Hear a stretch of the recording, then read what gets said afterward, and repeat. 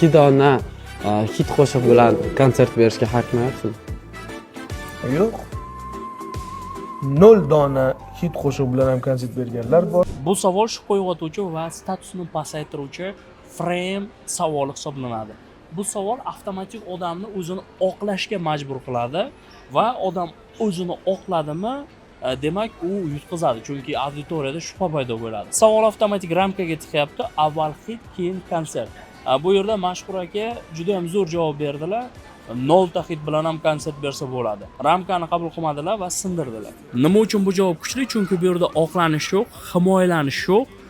O'zlarini kuchli statuslarini saqlab qolgan holatda, demak, savollar ramkasini sindiryaptilar. Xulosa shundan iboratki, agarda savol sizni oqlanishga majbur qiladigan bo'lsa, siz bu yerda savol ichidagi qonuniyatni, ramkani sindirishingiz kerak. Menga obuna bo'ling va doimiy dominant pozitsiyada qolishni o'rganishingiz mumkin.